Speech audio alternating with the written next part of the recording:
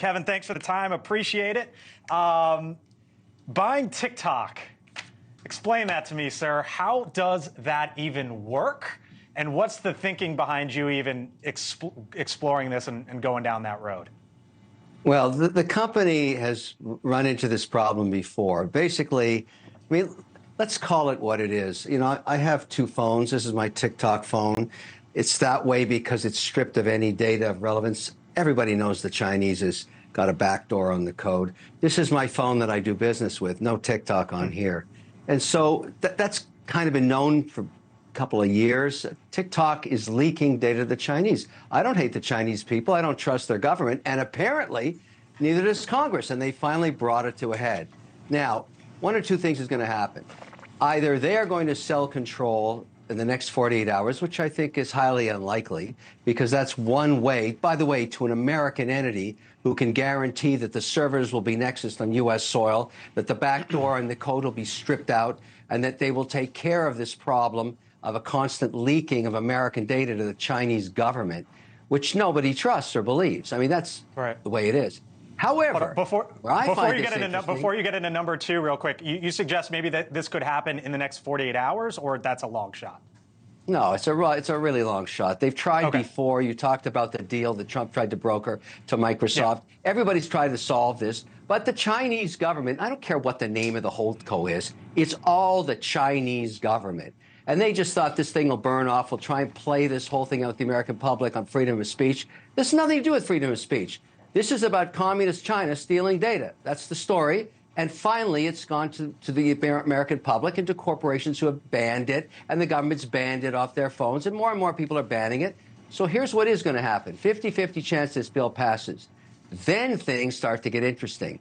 Then it's a hairball, jump ball deal. Who can syndicate the amount of capital needed to buy this thing? Now, I would go, and here's my plan, and I think this is the proper way to do it, is to bring the lawmakers that put this bill forward, form a bipartisan committee of 2 Republicans, 2 Democrats, as an oversight committee, which is really crazy for the next 18 months, but bring them into the process to buy time. Because you can't get a deal like this done overnight. It's really complicated. You just dropped the dirtiest word in Washington, Kevin, which is bipartisan. Do you think, A, that could actually happen, and then B, you know this better than I do, last round it was valued at, give or take, $225 billion. For context, that is 6x what Elon Musk paid Twitter. So how do you even go about putting that together? Well, it's complicated. It won't trade for that amount. What I'd like to do is ask my bipartisan committee, and by the way, here's how I feel about it. If anybody can pull this off on the Hill, it's me. I'm an advocate for small business on a bipartisan basis. I get to walk to both sides. Everybody knows I support one thing, small business. I'm completely transparent, so I can work with them, and this is a bipartisan, as you said, these are rare. But here's how you do this. I ask them, how much will you leave in the hands of the Chinese? Can I leave 30% that I don't have to buy? And the reason they may consider that is they will be passive investors, guaranteed passive, no operational control of the business, no board seats, and they will not control the code or the algorithms at all. And the reason you may want to do that is to play, and think about this, we have many joint ventures as American companies in China that are structured in a similar way. You know with certainty if we had an app like this that was American in China, they would have shut it down a long time ago. That's what's happening here. Do you think any of this will get a fair shot if it passes? Because at the end of the day, the government, in theory, could somehow block it, block a sale, block it. Well, that's why you want to work with the Hill. I don't want to do that. That is not the path of least resistance, but the only way to get it done.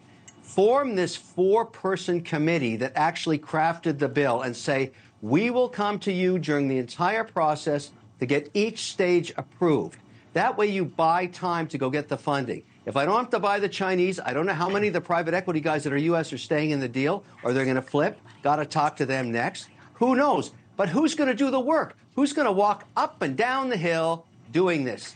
Me. Who have you spoken to, Kevin, real quick, in the business world and up on Capitol Hill about this possibility? Well, I haven't talked to anybody that's an owner yet because I don't have to. There's no reason. We don't know what's going to happen with this bill. It all starts the second they turn it into law. then it's yippee-yi-yo-ki-yay. This is going to be the craziest deal you've ever seen, and I love this kind of hairball stuff.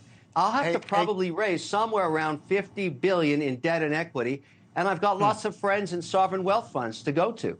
Thank you for watching, and make sure you go to joinnn.com to find NewsNation on your television provider. And don't forget to click the red subscribe button below to get more of NewsNation's fact-driven, unbiased coverage.